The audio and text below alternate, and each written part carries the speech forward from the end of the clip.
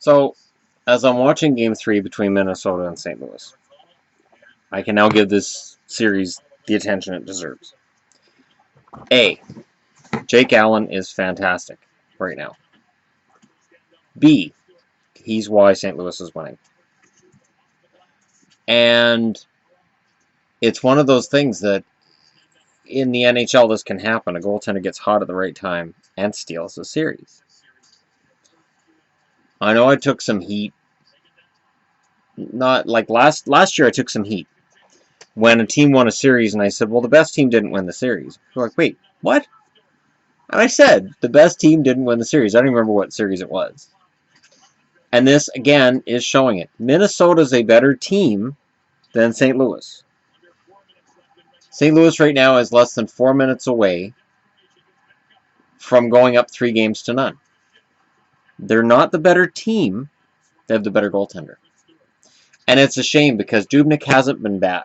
This isn't a case where Dubnyk has just been terrible, and it reminds me in a lot of ways of what I've watched Roberto Luongo go through in his career, where he's good, his opponent's better.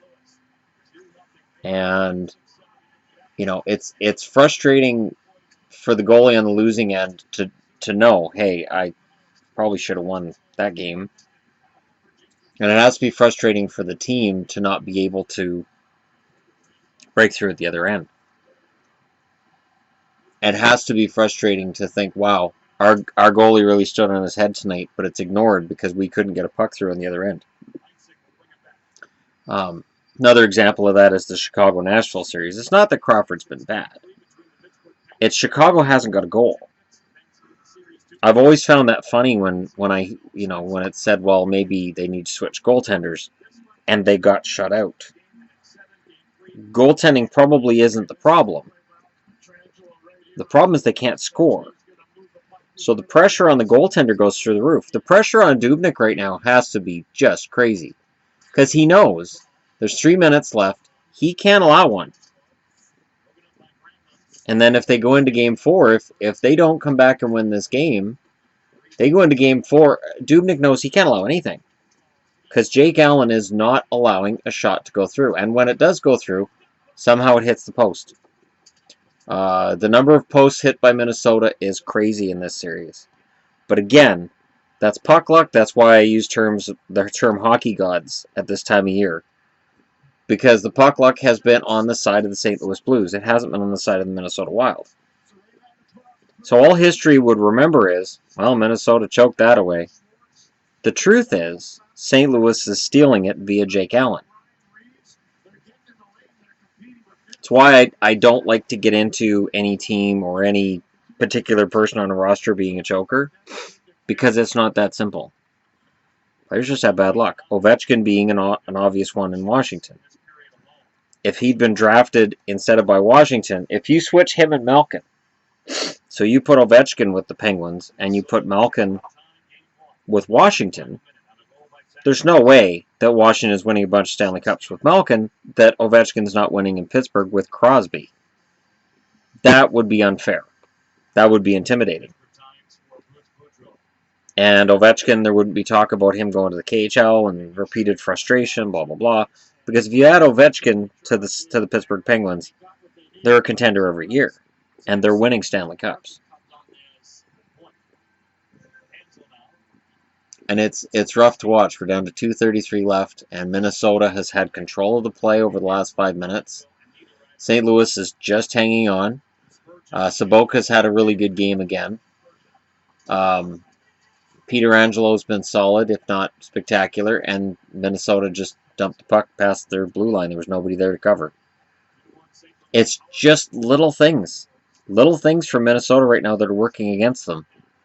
Other than the elephant in the room, which is Jake Allen's goaltending. He's catching everything. His glove hand is fantastic. And he's playing low, and he's daring them to beat him high. Anytime the puck's behind the net, he's got both pads on the ice. Like, all right, go ahead, go for a wraparound. You're not going to be able to pick it up off the ice, so I've got it.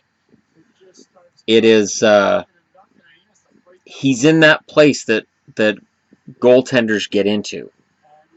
when everything seems to hit them in the chest. Everything seems to go into the glove. Everything goes off the post. It used to be really frustrating as a Boston fan when Patrick Roy would get into that frame of mind in Montreal. Because as soon as Patrick Roy would start doing what Jake Allen's doing right now, I would start swearing and saying, Boston's done. Boston's toast. I can't believe Boston's going to lose because Patrick Roy is such a great goaltender. And that's part of the reason why anytime I talk about clutch goaltenders and great goaltenders, Patrick Roy is number one on my list. Because time and time again, I would watch a series that, okay, Montreal's down. All right, this series is wide open. And Patrick Roy would just go, no, I think we're winning this. And he'd shut the door. He'd start taking the puck around the world. He'd start winking at opponents. He'd just get that attitude, and he would make other players so angry, but they couldn't beat him. It didn't matter how angry they were. If you can't beat a goalie, you can't beat a goalie. And if you can't beat the goalie, you're not winning the series. So Jake Allen with 2:03 left, Minnesota pulls the goalie. Oh, it seems a little early, doesn't it, guys? But again, they're down 2-0. They have to win this game. Off the side of the goal by Koivu. Suter is blocked by Pietrangelo, and it doesn't get through to the 3 Minnesota Wild players in front of the net. That's icing. Minute 41 left. Icing called against St. Louis. So they're just holding on. But again, the puck hits the net. The puck is blocked. Jake Allen is where he needs to be, but the puck's just not getting just so close. So if you're a Minnesota fan watching this video, you're probably like, yeah, I know.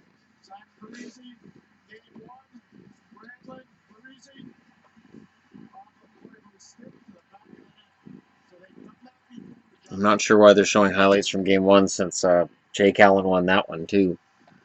I mean, it's fine. That play worked before. St. Louis adapted. They're like the Borg. You get one shot through and a score, and it's like they've adapted. You have to change your strategy now because they've adapted. Or maybe Jake Allen is the Borg. Just by himself. Off a stick, into the crowd. Again, this is... 1:32 left, another face-off in the St. Louis end. It is a rough ride right now for Wild fans. Again, I hadn't intended to do live reactions.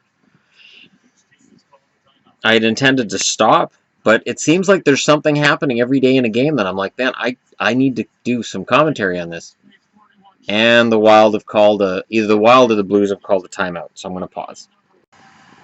Okay, all right. The game's back on, Kitty. All right. I'm a serious journalist, darn it. Nice kitty. False start. That's the first time I've seen that in this game. I'm taking note of that now. After the Toronto-Washington game last night, where every time the puck was dropped, the referee had to throw both guys out of the circle, I'm taking note of how often that happens. It hasn't happened very often in this game. Just drop the damn puck. Can't wait to hear Don Cherry about that, too. Hi.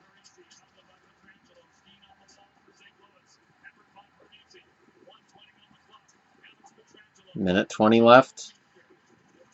Blues get the puck. Oh, shit.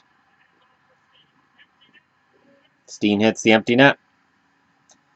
It's a 3-0 series lead for St. Louis. I can't believe this. I cannot believe this. So the question then becomes, is St. Louis a contender? Or is this just Minnesota? Like, I know I took some heat at the end of the year when I said Minnesota backed into the playoffs. I know they won their last few games, but they'd been down for like a month and a half, whereas St. Louis had a fantastic record. And yeah, St. Louis had a soft schedule. They took full advantage of it. And, Jake Allen got his confidence back through those soft games.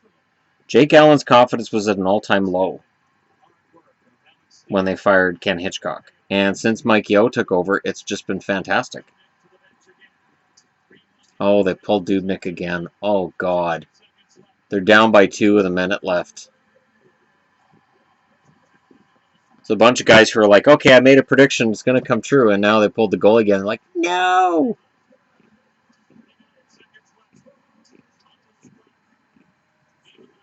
This is crazy.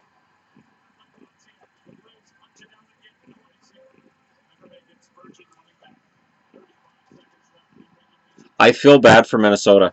I genuinely feel bad for Minnesota. I came into this series thinking, well, I hope Minnesota can win and overcome this seemingly emerging aura that they can't win in the first or second round. It's different than Washington's in that it doesn't feel as dire. It doesn't feel like if they don't win this year, they're not going to win. But it's close. How long can Dubnyk keep this up? How much longer is Eric Staal going to be what he is this year? How long till Gary Suter starts to wear down? Wow. All right. I didn't wear a jersey today that jinxed anybody. This is the new thing. I'm just going to wear non-playoff jerseys. I ain't jinxing anybody. So, the Blues won. I had nothing to do with it. I swear on all that is holy to all you Minnesota fans, I had nothing to do with it. Didn't touch or look at a Minnesota jersey. And for Blues fans, I would not wear a St. Louis jersey. It's easier this way. Let me know what you guys think in the comments below. Don't forget to hit like and subscribe if you're just browsing your way through. Again, I'm trying to cover everything that's going on in the playoffs. And right now, I'm happy for St. Louis, and I feel really bad for Minnesota at the same time.